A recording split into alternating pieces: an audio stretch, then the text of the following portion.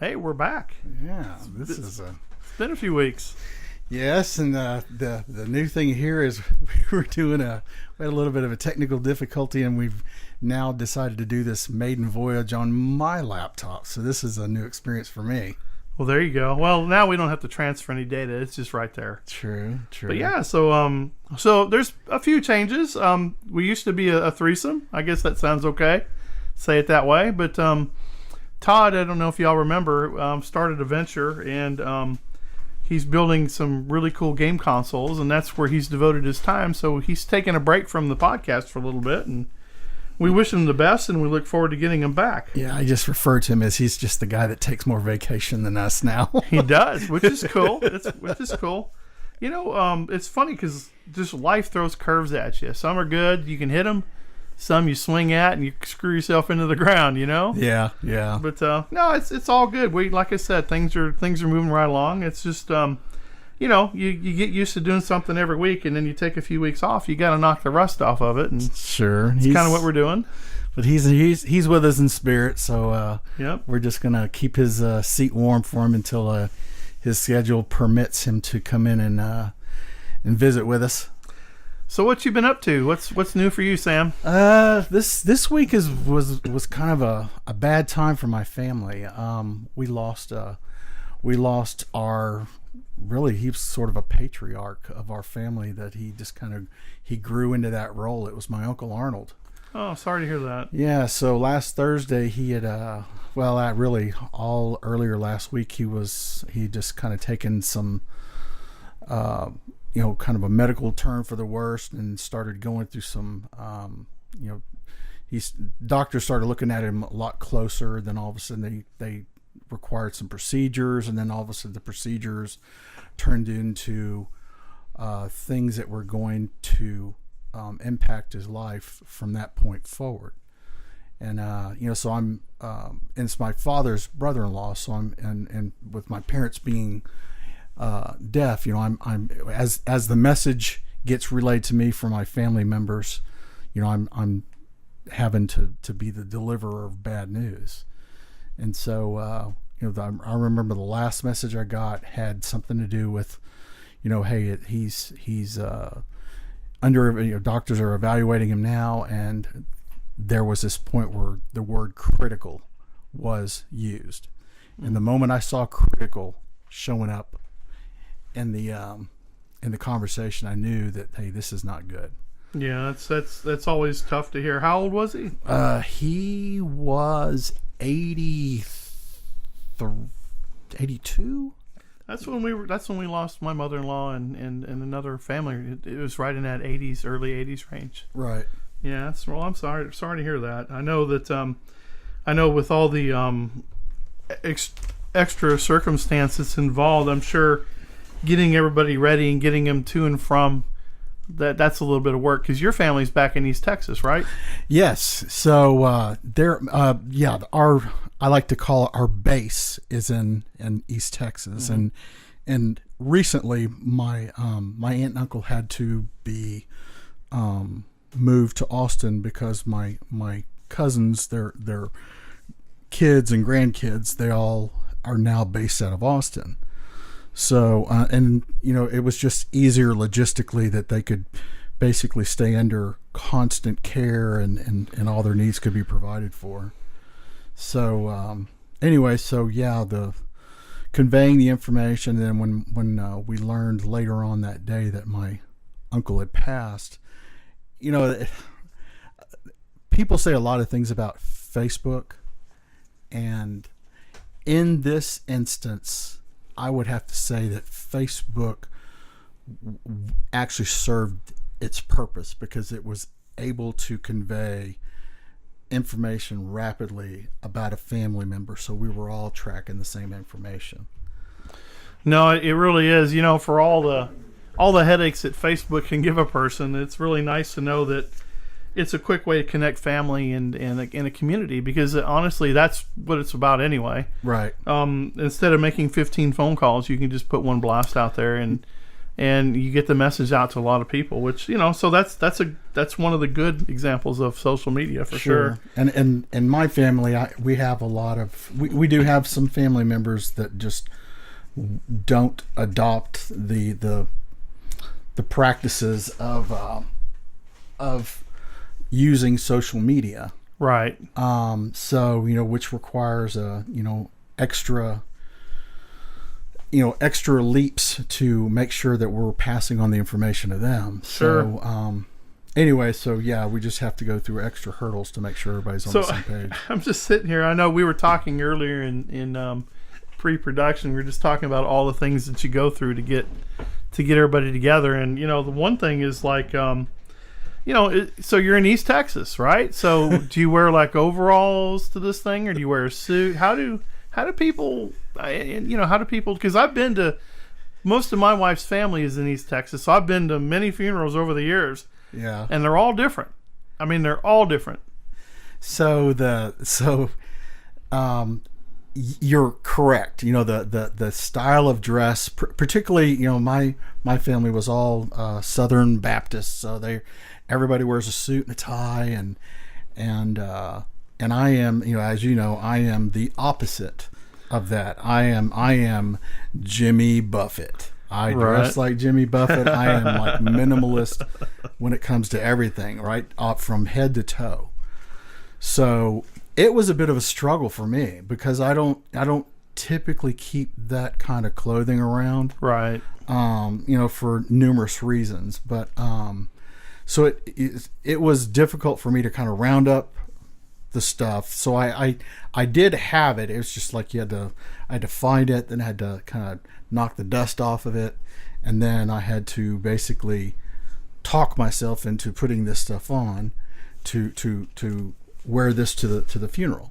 It's funny. Yeah, I was in the same spot. We hit in the last 18 months we had 5 funerals in our family, so right. I get that.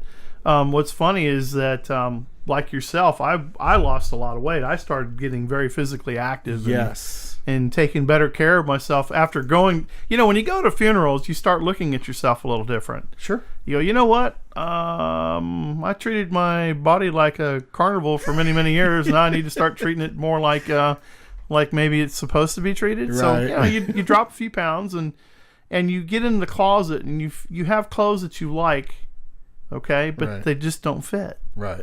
And I'm that way with suits because I used to have to wear a suit to work every day. Sure. And now I'm not quite Jimmy Buffett, right? But I'm approaching that really quick because it's just I don't like wearing suits, right? So when we went to the funerals we were going to, I literally struggled, mix and match. I hope they don't notice that this is a little shade different blue than this is. And, because the jacket was one color and the pants were another. But I get that. That can be really, an added factor to getting yourself to one of these things. So I am the one thing I did kind of take notice of, and it was a little bit of a relief as I actually see I had cousins I hadn't seen in a while that were there.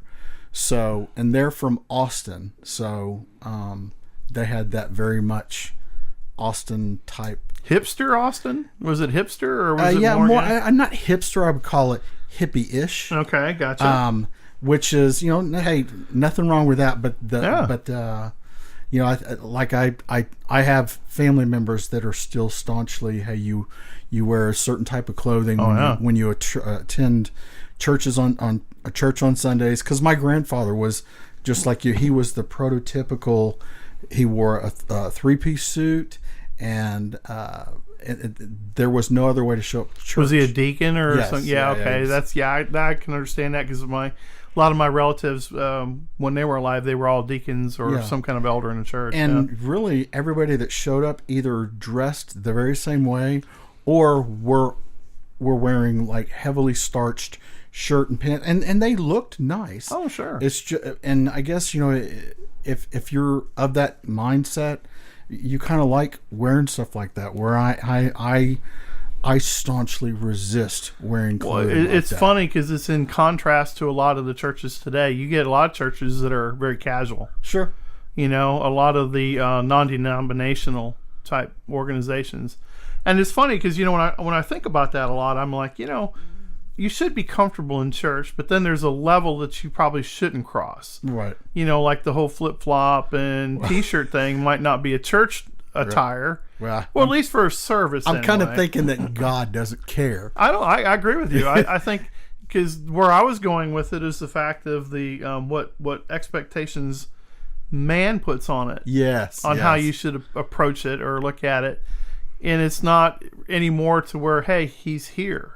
Well, kind of thing, you know. One of the thoughts that I just had was, you know, I actually would not have a problem wearing a vest, sarong, and flip flops. No, I understand, and it really shouldn't matter because you're there to support somebody, and Right. and I know even at 82, you know, people have lived a pretty much full life after the 70s, you know, and Right. everything else is just, you know, it's all borrowed time, but when you see people that you haven't seen in a long time, it's really interesting because they've either progressed, regressed, or they stay the same. You know, and I'm sure that with enough people and families, you can find one in each of those categories. Oh, sure. You know, and it's sad because when we were gathering in our groups, we were always talking about, well, it's really terrible that we either see somebody at a wedding, a funeral, or a graduation. Mm-hmm.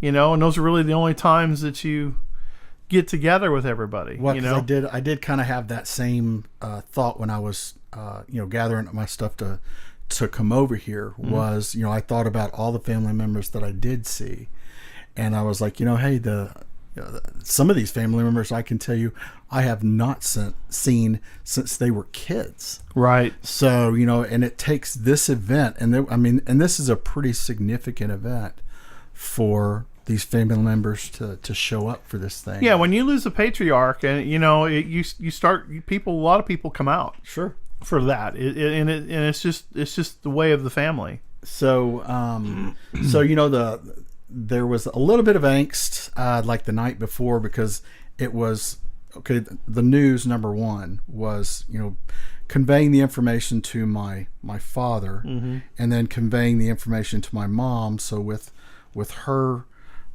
current health and status, you know, it's one of those things where you have to tell her like 3 or 4 times the reason why we're going out of town, Right. and you know how to, you know, what to wear, and then I have to be very cognizant of, because she takes medication, I have to make sure that I get her fed so I can get her to take her medication, because the medication affects her very and it'll make her sick. Right. So so I have to be, you know, everything's sort of a time crunch where I need to get to from one leap off point to another landing, just so I can address these things that she has to have taken care of on a schedule.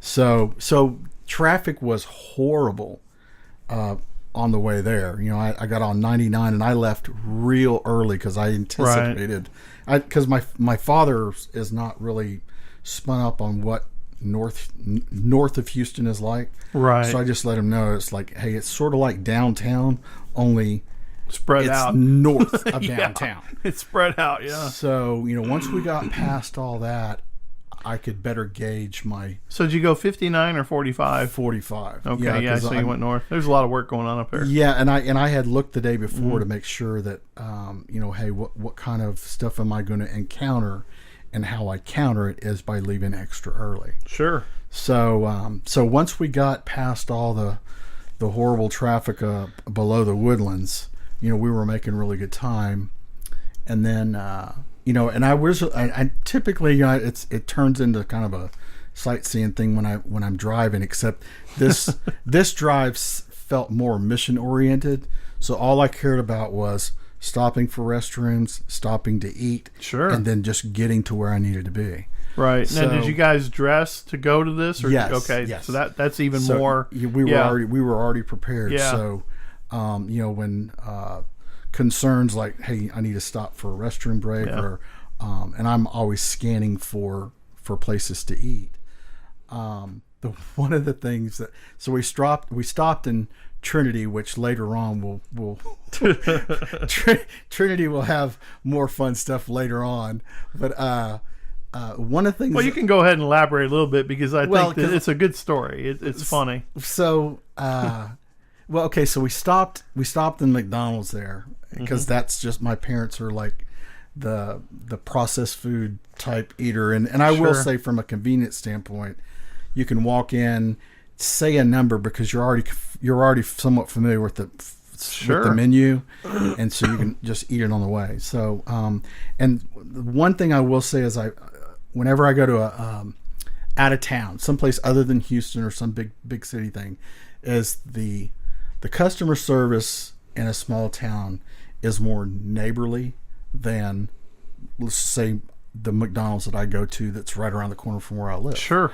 It's just, and it's hard to describe. It's just like you're literally talking to your next door neighbor who's known you. Only this person doesn't know you. Well, the one thing I found about fast food chains like that in rural areas is that the contrast of the employee is they're either an older employee that's their job and they're going to take pride in their job, or two, it's a younger person that there are no other jobs for them to do, so they have that job.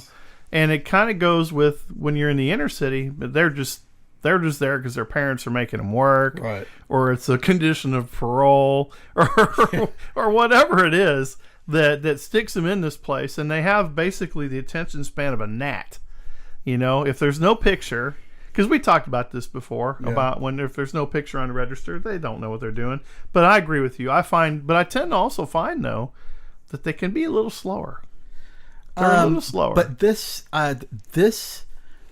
slowness, the pace that was going on wasn't troublesome for me, because number one is I already knew on my timeline, right. I'm good. Yeah, that's good. My timeline is good, and You're what, halfway roughly? Trinity. Yeah, I consider Trinity to be more the halfway point on. So 19. you're making good time there. Yeah. So they integrated this McDonald's into a strip shopping center next to a convenience store. So this convenience store, if you think about it, has sort of turned into the mini mall where it is on the highway.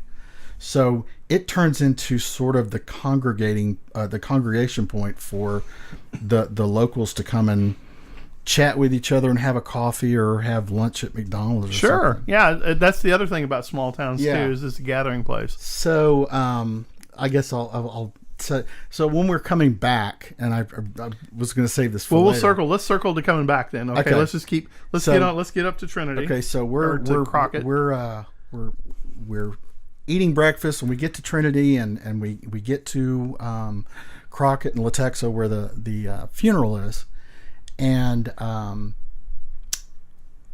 slowly. I haven't walked into an East Texas Southern Baptist church since I was probably close to being a teenager. Okay. Yeah, because this has always intrigued me about your Yeah. personal life. So so anyway, I walk in, and I see my cousins and stuff, and we're introduced to all the people that will be officiating the funeral, the music director, and other people that were significant in my uncle's life, because he was an active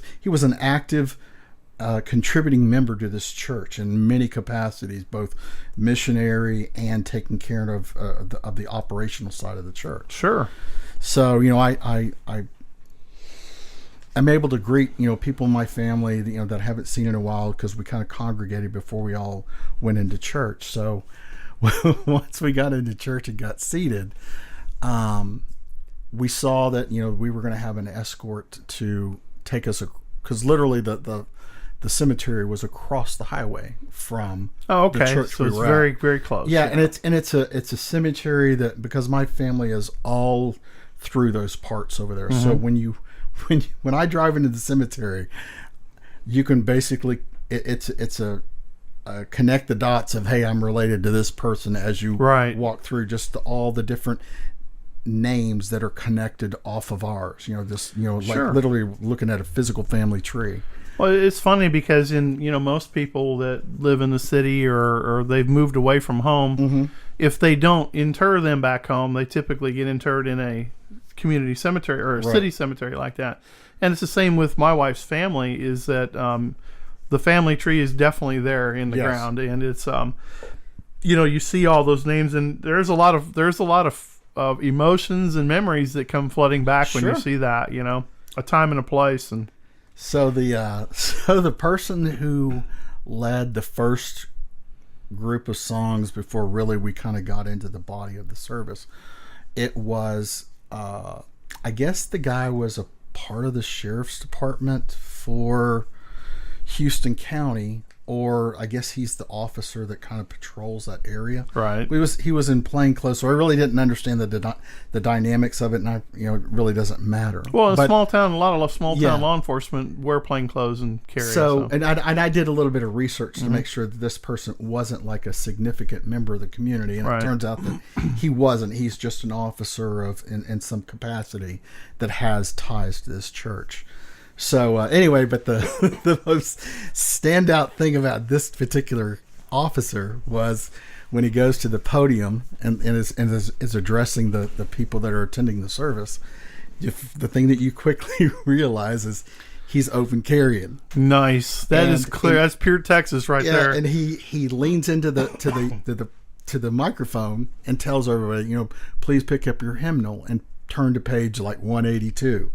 And so There's an automatic compliance right so it's there, like, right? So it's Yeah. like when somebody who is armed tells you to pick up a hymnal, you pick up a hymnal. That's And so- funny, yeah. I thought that was hilarious. Yeah, it is pretty funny. It's amazing how the presence of authority like that Yeah. takes place. Yeah. And I couldn't remember the last time I picked up a hymnal, which was something I relayed to one of my other cousins later on when we were at the reception afterwards. Mm-hmm. But anyway, so once we got all done with singing and that amusing part about being told to pick up a hymnal,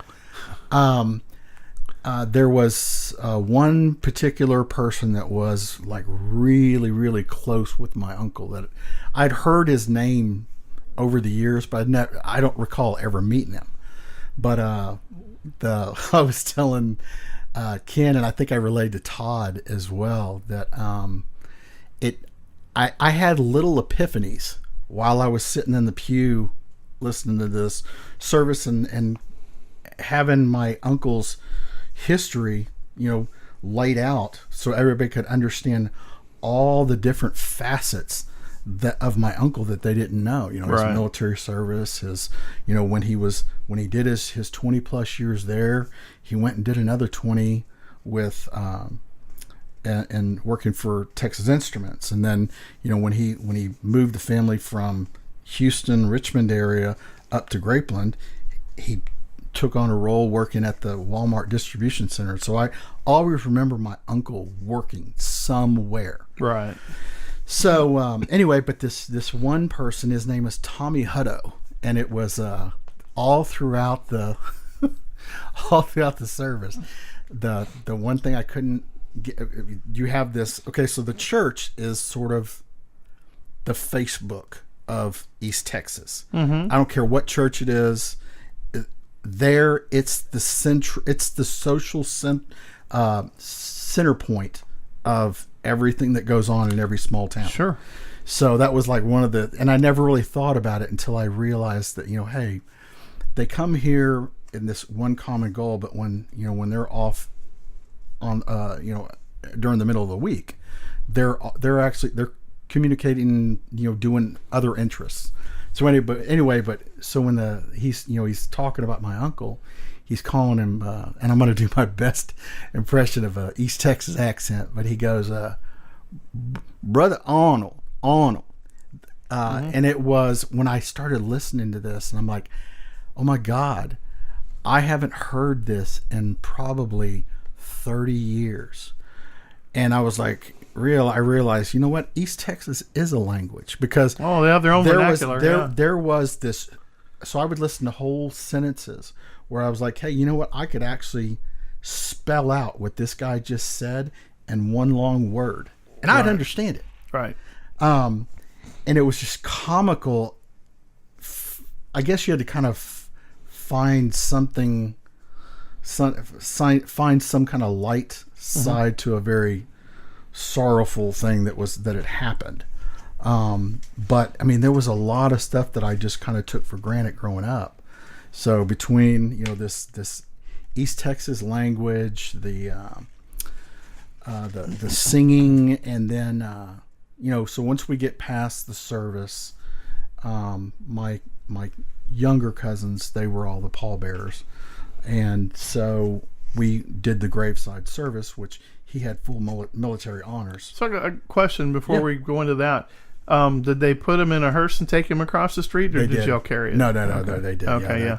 It's because I mean they I remember the pastor that was running that was hosting the whole event let us know that, hey, it was a major highway that we had to cross, okay. at least in that area. Gotcha. It's Four-laner just with a heavily- median? Yes, Yeah. heavily trafficked between. Gotcha. It's the major highway that connects Crockett to Palestine. Right. So is that 190? 19. Okay, Yeah. 19.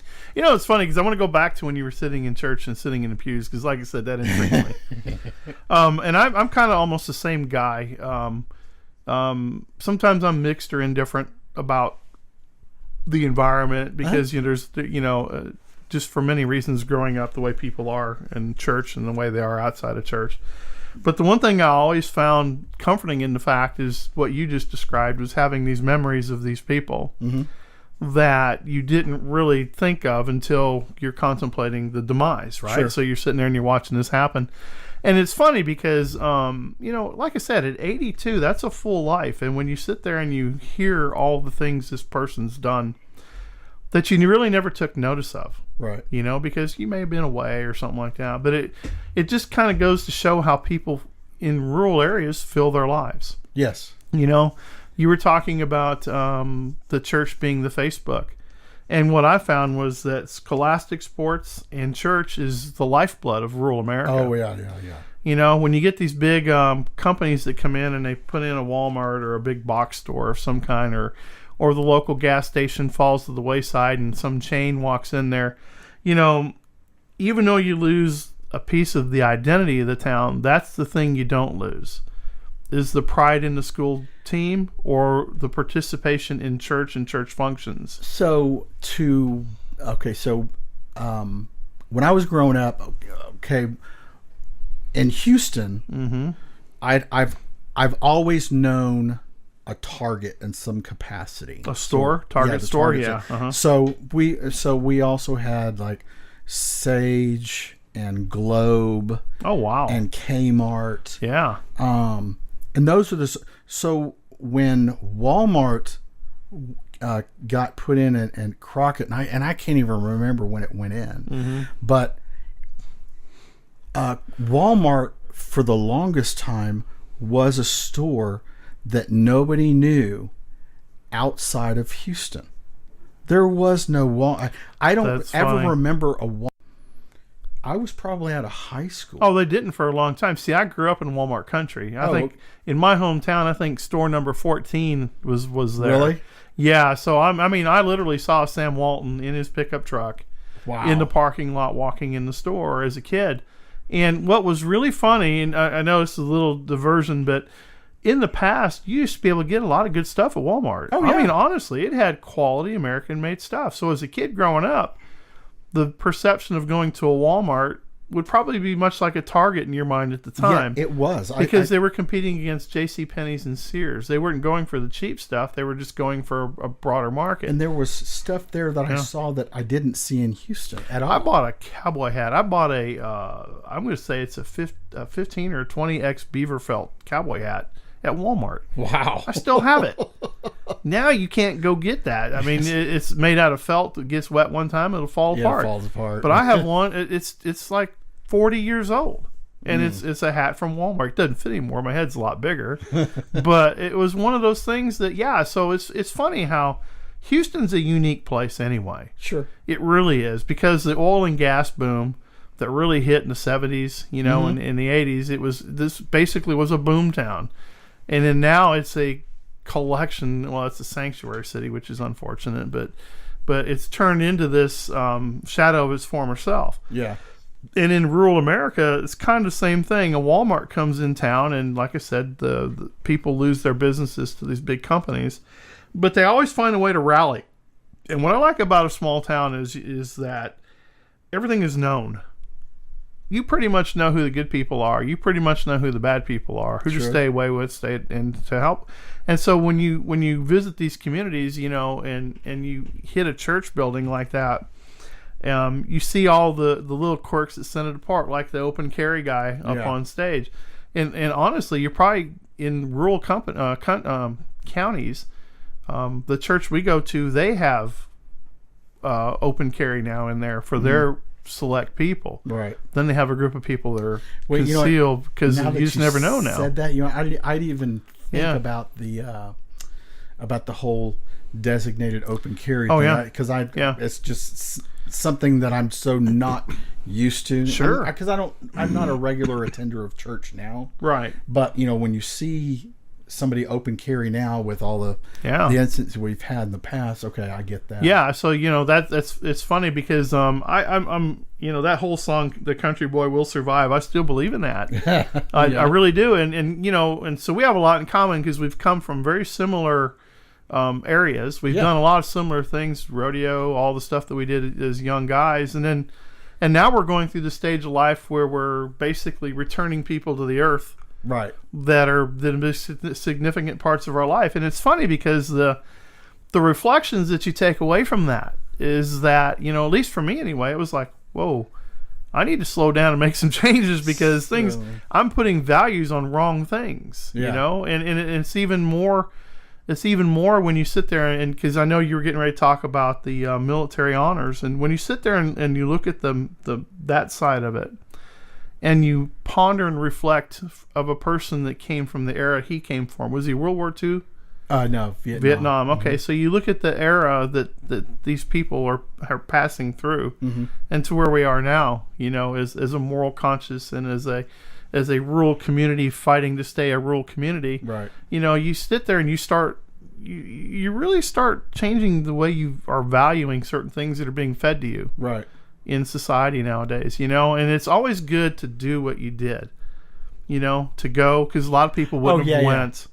A lot of people would have blown it off, and that's unfortunate because it gives you that dynamic in life that's missing. Right.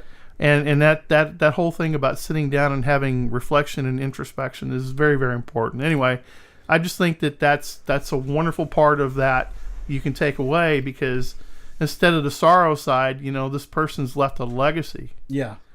For the family. So you had people that were part of his church that I guess they were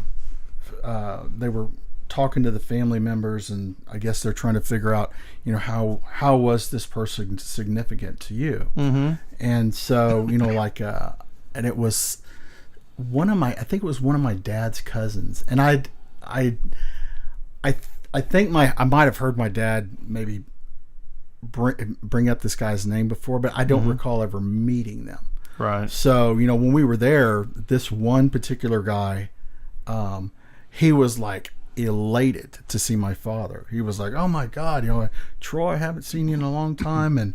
And because I didn't know who this guy was, I wasn't sure if he fully understood that my father was deaf. Right. So he was just going on as if my dad was catching every word. Was he word. keeping up with him? Was your dad doing a good job keeping up? Well, I think my dad, just so you can appear sort of normal. Mm-hmm. I think, particularly what I've seen in the deaf community is you'll see a lot of nodding to make yourself look like you're keeping up with the conversation. Hey, that nothing's getting by you, but it's all appearances.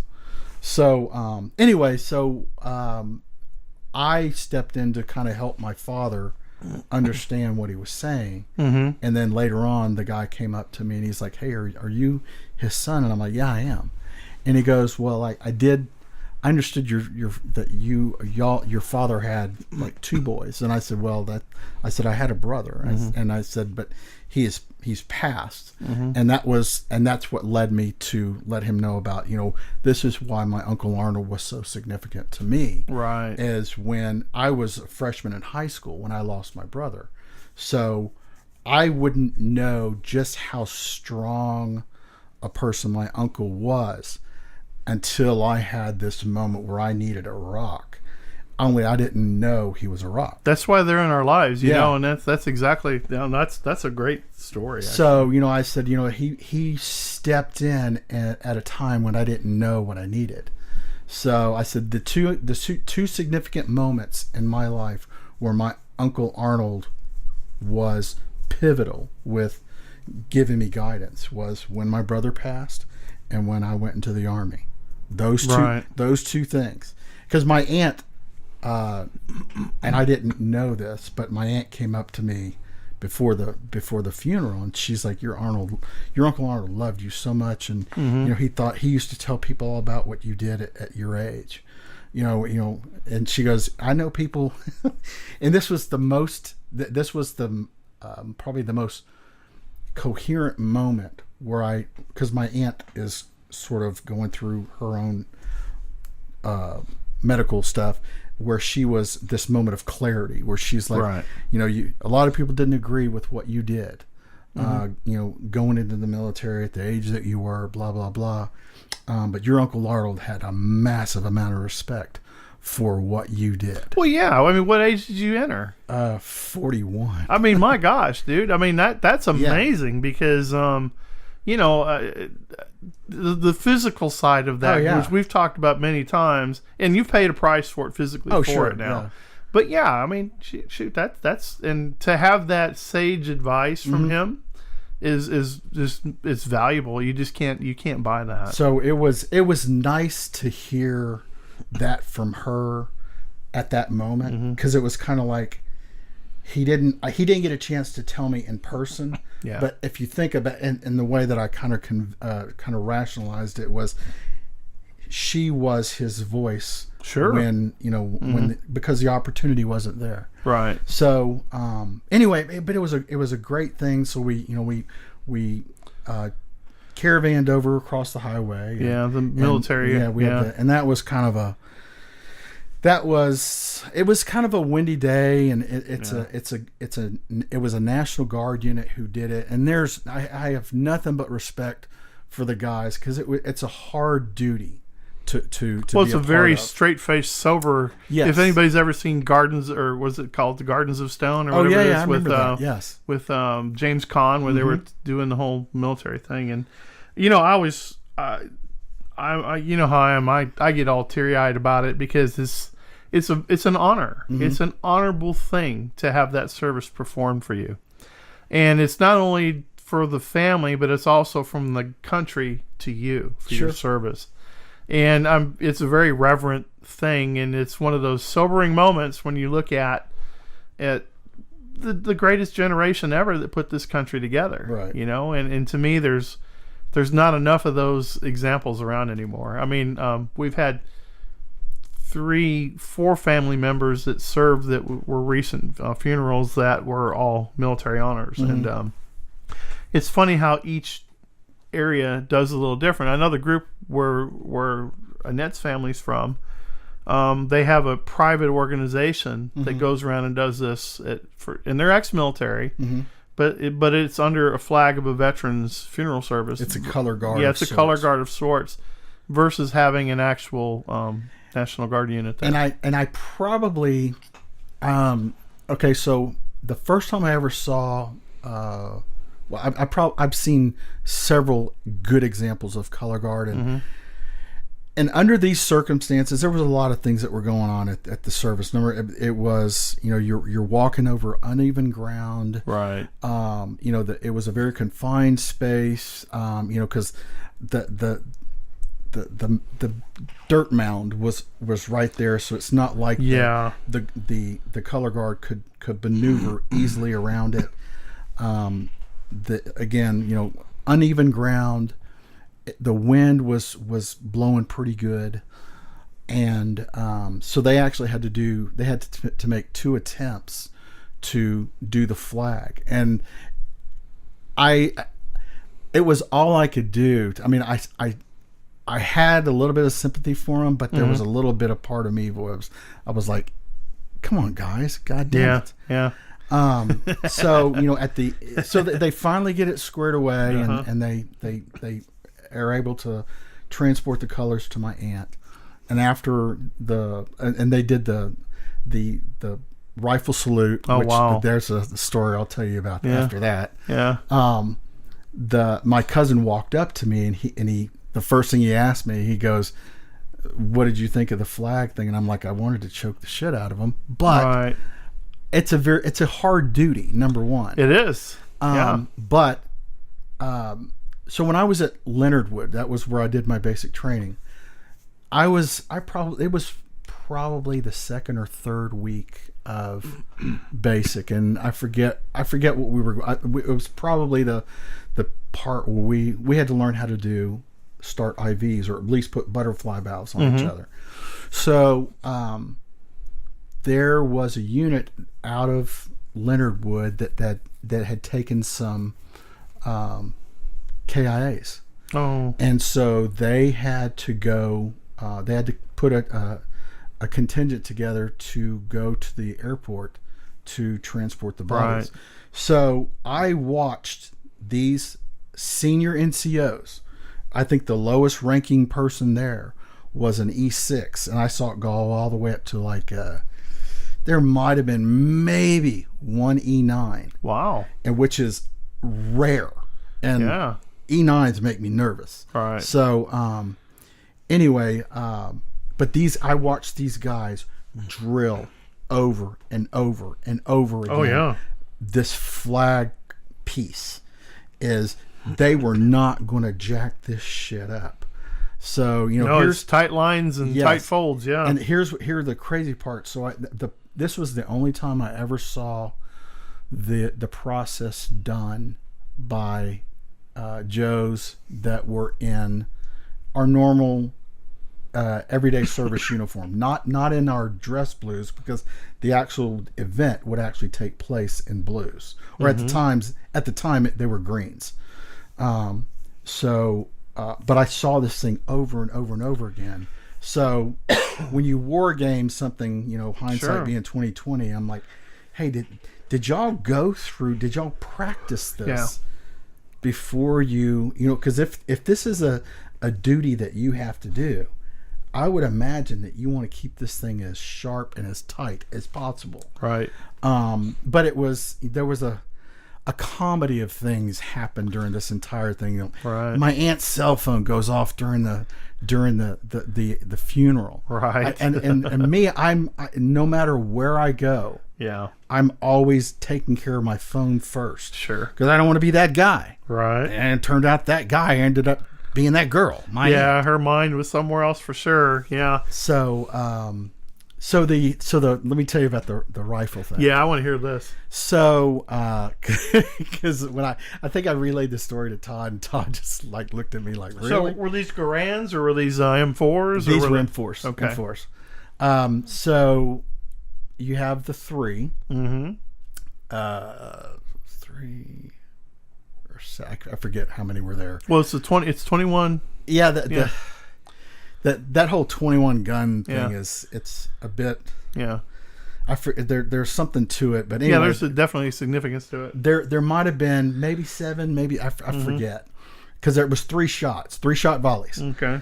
And my aunt, she wouldn't tell me this until later on. We're at the reception, and we're eating, everybody that attended, and my aunt said something about the way that she said it was, these guns, and ever hear this, I'm sorry, I love you, but Right. you're wrong. She said that, she goes, those guns. Mm-hmm. And I said, what about those guns? She goes, well, they were, I guess she said they were loud or something. Mm-hmm. And I'm like, okay. For me, it was just kind of laughing. It's no different than, you kind of giggle when you see somebody stumble and fall. So, just kind of, she said it was loud. Okay, that's funny. Until she said, well, she goes, it was the direction they were pointing in. And I'm like, what are you talking about? And she goes, they were pointing right at us. And I'm like, they were pointing up and away. Right. And, being in the general vicinity of a direction doesn't put you in danger. And on top of that, they weren't even firing rounds. It's just a loud noise that you apparently don't like. Right. And she just kind of looked at me like I didn't know what the fuck I was talking about. Right. And I decided I'm not going to get into this discussion because I'm going to leave it at that my feeling was my uncle was the toughest opposition she ever had to encounter. It's funny how some marriages are like that. Well, now this was not an aunt who was married to him. Gotcha. This was an aunt who she has a personality. And I know who you're talking about. Yes, we talked about this before. We'll just leave it at that. Yeah, you have your matriarchs, and then you have I get you. So the 21 gun salute's a naval thing, and it started way back in the day. And so even cannons. Numbers, what's that? With cannons. Cannons, right? And there were 7 on the side of a ship. That's how. But what was interesting about that was also too that the reason why 21, an even number is a number of death. Oh, I did not know. Yeah, that. There's a superstition. That's why it's 21. It's not an odd. It's an odd number, not an even number. Yeah, which is kind of different. But yeah, I think that to me that's the. I don't care who you are or how ready you are for it. It still jolts you the first volley, and so it's so you've spent a complete day in East Texas with a lot of people. Yes, and and it's funny the whole deja vu that comes back during that. So when you experienced all that, did you hunger for more? Did you miss it? Was it something that you couldn't wait to get away from? I don't know if I'd say I couldn't wait to get away from, other than I was actually. It's kind of like when you're at the amusement park. Mm-hmm. Let's see if there's any more fun stuff around here. Right, because there, like I told you, there was a lot of things that I noticed during my trip there that I guess you're waiting for. I don't know if I call it multiculturalism or just culture to show up in East Texas, right? Because when I think we were talking the other day or yesterday was the whole bistro on the square thing, right? It's well, it's funny because so for me, I'm a kid that was born in Hawaii, but I was raised in the Midwest, right? And so for me, I've always been a rural kind of guy. I mean, I like the city, I like the convenience, but for the most part, I'm a pretty rural guy. Mm-hmm. And it's funny is that in my travels in business and personal, I like to experience the flavor of an area.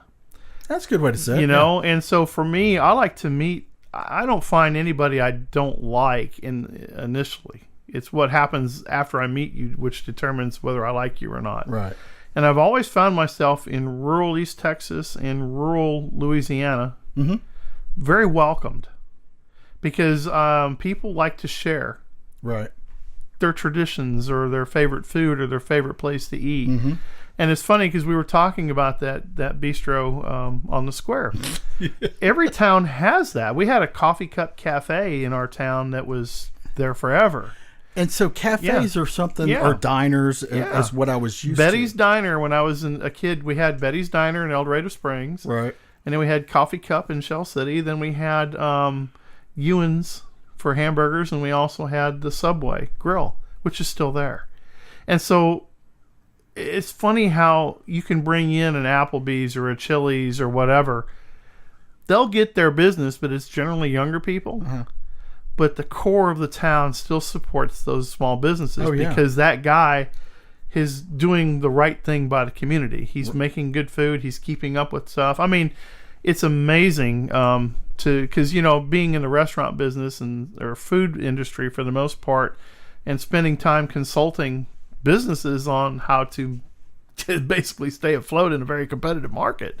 The one thing you have to remember is serving your community. It's funny because Crockett's in a dry county, and I don't know if it's still dry or not. Do they offer club cards, memberships, and stuff like that? Okay, there was the old SPJST halls. Mm-hmm. Uh-huh. So there was one of those just outside, and I don't know if it was. I really don't know where the county cutoff line was, right? But I just know that it required a membership, and you could Right. bring as many guests as you want. Right. So when I was a kid, when we started going to places like that, no matter where you went, so the SBJST might be someplace you go to, and they also had live music. And if you were a member, you could bring guests, and then hotels. There was this one at the time, I remember it was probably the only hotel around that was also sort of the weekend nightlife. And it was called the King's Inn, and it had this tiny little bar, and it was so 60s. I just suddenly had this vision of seeing Austin Powers dancing on the dance floor in there, yeah. because they had that kind of vibe going to Right. it. Only it's in an East Texas town. So, but anyway, it was a dry county, and so it would. I forget I guess the places would close somewhere around like midnight or whatever, Right. and because you're in the Bible Belt and you're, I guess your social, whatever you do socially can sometimes reflect poorly on your family in some ways. But so the thing that I never really could understand, and I didn't really think about this till I was older, was if you're the owner of this fine diner that's in the middle of Crockett Square at 10, 11, 12 o'clock at night, and you're sort of catering to the crowd that you like to basically bash over the head because they're out drinking and carousing. Right. I'm like, I was like, what does that make you? So Well, it's funny because you mentioned JPST, and they've been around since the 1800s. They Yeah. are one of the oldest fraternal organizations. and I did not know that, Yeah. that they were that old. Well, the Czech community is quite interesting because these were founded in St. Louis, Missouri, is where they actually started. Oh wow, okay. And and they're all over. They're still over in Texas because I don't know, for people who don't know, there's a heavy Czech influence and German influence in Texas, from Houston all the way over to the Hill Country in the West Texas.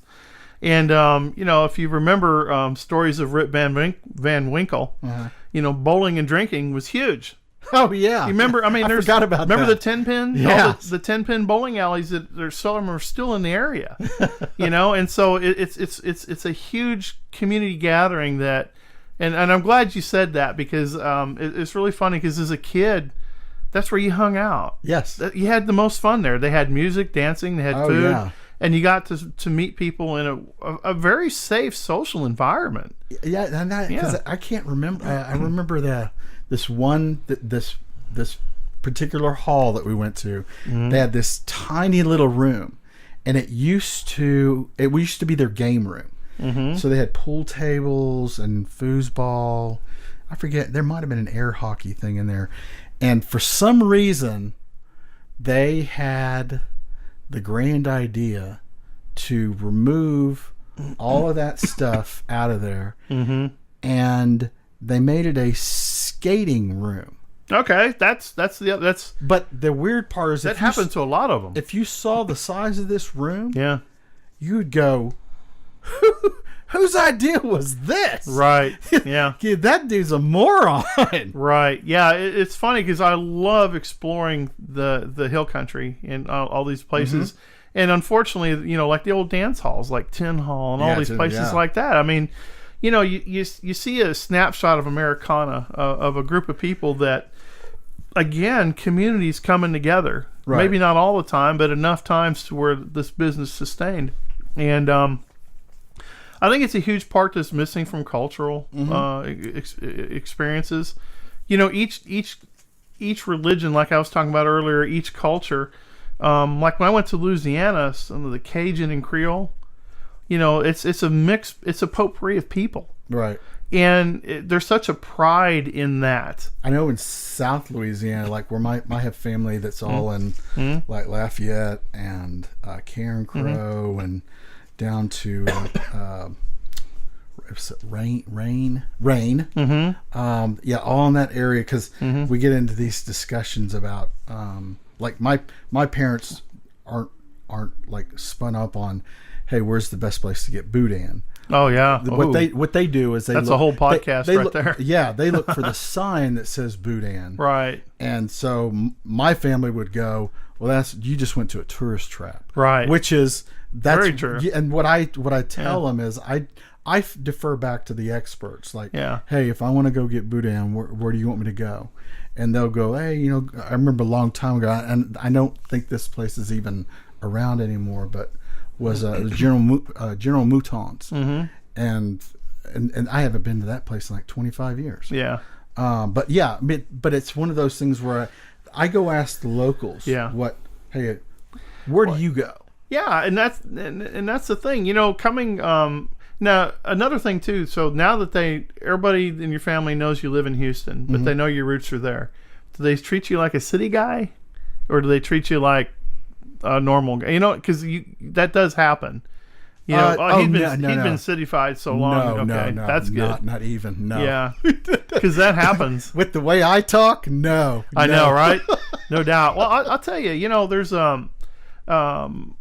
I know a lot of this conversation is around the experiences, but we're also honoring a family member that had distinguished service, not only for the country, but for the community as well that he lived in.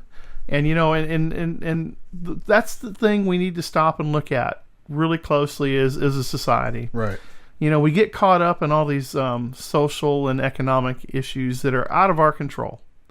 Once you realize who the real pawn is, and you start looking at a group of people that have chosen to stay in an area, and to carve a lifestyle out of it, and to serve other people other than themselves. You kind of have to step back. So I would have been changed coming back from that. I'd probably say I was, because the more I thought about it, because it was a loss, but that's a very selfish way to look at it. Sure. Because the way I look at it is I celebrate that there were such men as him. Oh yeah. As that on so many different levels. His service for whatever mission he was on, people will remember what my Uncle Arnold did for them, and how he furthered whatever that cause was, or whether it was whether it was during his time during the military, sure, or doing something security wise with TI, or in the missionary capacity, because he was huge into missionary work. Wow. Whether it was traveling, not abroad, but they would go do missionary work like all over the United States. Which I like that better than going to a foreign country. That's just me. Yeah, and I get that. Yeah. And then as well as going and knocking on doors in his own community. Right. And going to East Texas and knocking on doors, being a white dude, right. Unless you know what the dynamics of East Texas are, sometimes you can encounter some pretty crazy shit. You can. But the thing about the small town was if you knocked on a door where somebody didn't know you, there's a very strong chance that somebody within your personal circle who does know that person. Sure. So there's really, you don't even have to go 6 degrees of separation in a small town. No, that's very true. It may be just friend of a friend of a friend, right? And you'll figure out, you'll land on somebody. Sure. So let's see. So we talked about your preparation. We've talked about your trip, your arrival, and we talked about the event. Now I know there's some stories on the homeward bound trip. So let's talk about that a little bit, because I really think that I think there's some fun stuff in that as well. I mean, the perception of life is amazing. Well, it was funny, but okay, so we needed to get home because I've got dogs, and so the return trip now turns more into a not a touristy, but I can now kind of look at the trees as I'm passing by. Sure, because you're not mission oriented at this point. You've already accomplished that. Now you just I'm just kind of leisurely just driving What time of day was it, first of all? It was probably close to maybe 1. Oh, so you had plenty of daylight, plenty of afternoon. Yeah. This is an early event then, yeah. Yeah, because I was actually kind of surprised that I was thinking we'd been there like all day long. Well, but really, he's Baptist, right? Yes. So Baptists get him in the ground quick. I will just tell you, they really do. But the preparation of it is really what I was really what consumed right the time. So anyway, we're traveling home, and it's like 1:30, 2 o'clock. So I'm backtracking my way home, and we get to Trinity, which Trinity really is like the next largest. Well, actually, it's Crockett's small in comparison to Trinity. Trinity's like if you just came from Conroe and suddenly you hit Houston. Sure. Just it's a river town. It's definitely by the river anyway. So, and this is probably more a representation of me not looking at everything as I'm driving. So when I'm driving and I'm just entering into Trinity, and I happen to look off to my left, and I see this. You've seen those little. If you go to like a snow cone place, one of the neighborhood snow cone places, it's usually built. It's a small little trailer or a small mini building. Yeah. So it's a mini. It's like building. A tool shed or something. I really consider it's just an extra large toll booth. Yeah. Oh yeah. It's not very big. Yeah. So, and right in front of this is one of these like portable carports that you can go to like TSC. Yeah, one of those metal carports. Yeah. And the only thing I think it might have had a table sitting underneath it. So if you've ever been to like Hubcap Grill over here in the Heights, it has something very similar. Sure. So anyway, so I'm driving by. Good burger, by the way. Yes, it is. So we're driving by, and I see this little building with this portable overhang carport thing with a table and a sign that says Thai Barn. Like Thai as in Thailand. So I was like, if you've ever seen... Wait a minute. That doesn't fit. See what I'm talking about? I can see catfish. Yeah. I can see burgers, but Thai food in Trinity, Texas. The marrying of Thai and barn. I never saw that show. That guy's a visionary. That's all I can say. That is the craziest combination of words I'd ever seen. So as I'm driving, because I use my phone as a tool now, which I'm when I see something that I want to remember so I can convey, because I want to expound on it in some later writing or something, I'll just speak it into my phone. And so I was still laughing about it when I got home, and I was like, I got to look this place up.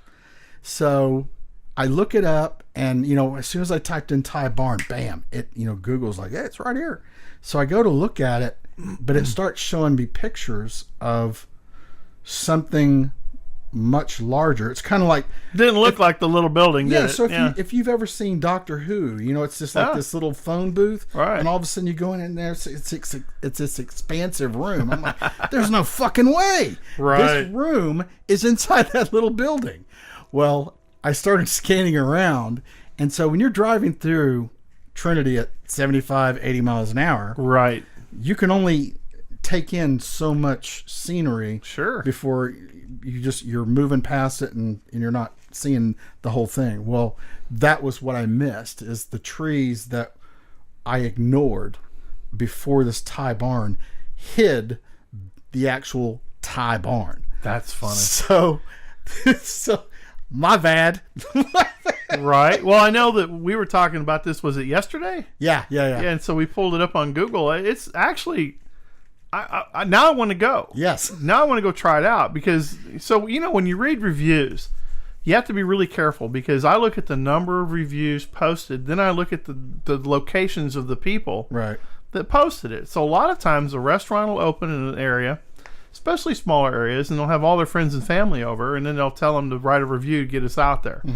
And so, we went to the reviews, and the reviews are 4.5, 5 star. Right. But they're from all over. Yeah, because they're not all just local. It was from all over, out of state, upstate, south, east. I probably would have been a little skeptical if if all of the reviews came from somebody who lived within in 20 miles. Yeah. So the fact that I saw reviewers from Huntsville, which is like Yeah. 20 plus miles away. Now, number one is if you're coming from Huntsville, you got way more freaking choices in Huntsville Yeah.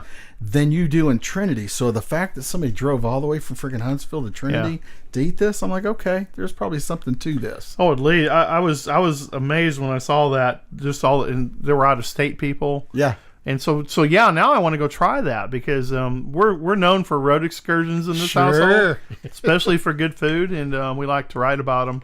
But yeah, I think that so you didn't get to stop. I did not get to stop. Did you all have food at the deal, and you were hungry? Weren't hungry? Didn't stop on the way home? No, we had quite a large spread. The church or somebody provided food for us there, which Right. So something we talked about before we started recording was we're each kind of following our own little health plan of what to eat and and just basically watching what we eat. Sure. Making better choices. Yeah. I was gonna say, well, on that day there weren't a whole lot of choices, so it was like, okay, this is essentially my cheat day. Well, it's a carb day for sure. Oh, absolutely. Yeah, because church food is just loaded with carbs. Yes. It's a good thing they feed you after, because if they fed you before, everybody'd fall asleep during the service. It would just be, kind of crazy because,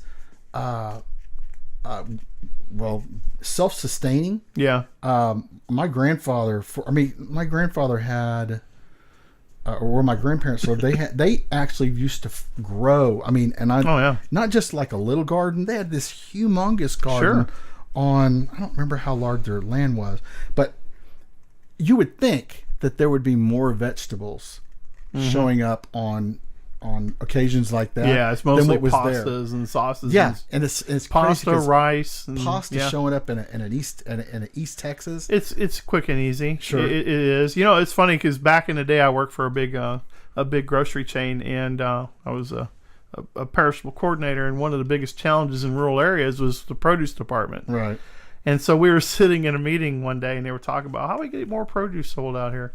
And one of the guys just raised his hand. He goes, "We just need to plow up every garden in East Texas because everybody grows their own food here." Okay. If you think about it, the only thing we don't really do here are apples. Yeah. There's not very many apple trees, but there's satsumas, there's limes, there's oranges, there's all kinds of stuff in the area.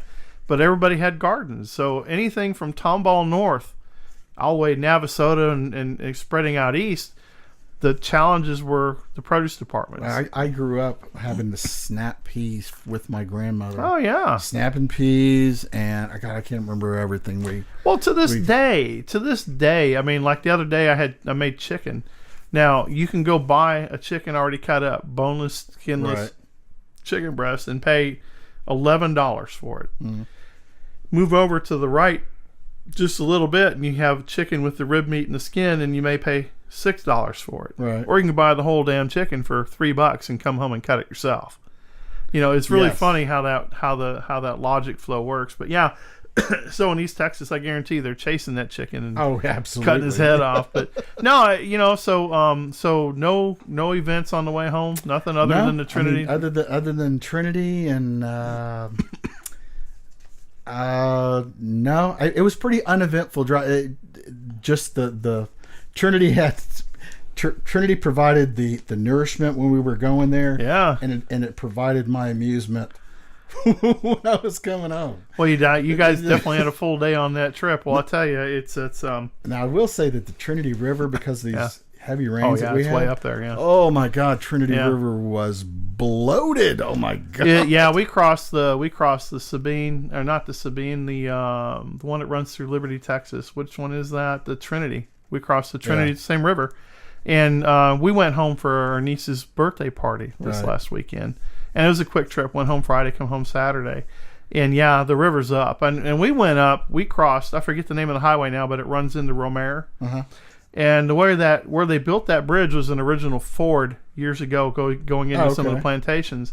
So when they built the highway bridge, all they did was kept expanding the width of the bridge. Well, what's happened now is the river is eating away the abutment to the north side of the bridge, which would be the south side of the bend of the river. Eroding it away. Yeah, so they're always driving pilings in there, and it's just every time I cross that, I go, Man, I don't want to be the guy on the 6 o'clock news that when this thing floated away, you were on the bridge. So, Wow. because when you see it, there's about a 60-foot difference in elevation when the river's running normal to where it's reaching the bridge, and it's a good 60 feet or at least 50 feet. I think that one time we went. The back way. Yeah, yes, I do remember that. So that's the one thing. Well, I'll tell you, I appreciate you sharing the story, because there's a lot there. I hope that people, when they listen to it, they take something out of it, because when you look at our life, it's accumulation of all those things, and I would challenge anybody to sit back and say, hey, when I'm gone, one, would somebody come to my funeral? Right. And two, what would they say about me? True.